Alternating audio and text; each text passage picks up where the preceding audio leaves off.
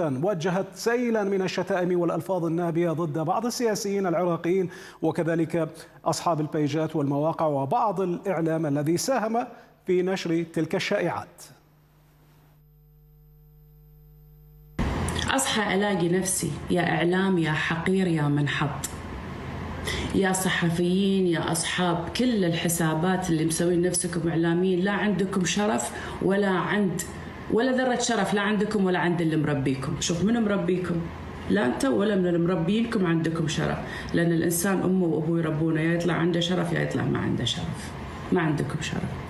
الزوجوني والله شمس تعلن خطبتها من زواجها من رجل سياسي عراقي. ولكم انتم سياسيينكم شعبكم مستفرغهم. اوسخ واقذر مع احترامي للمحترم اللي في سياسيينكم، يمكن 3 4 ما اعرفهم حتى والله زين، بس عشان ما نعمم.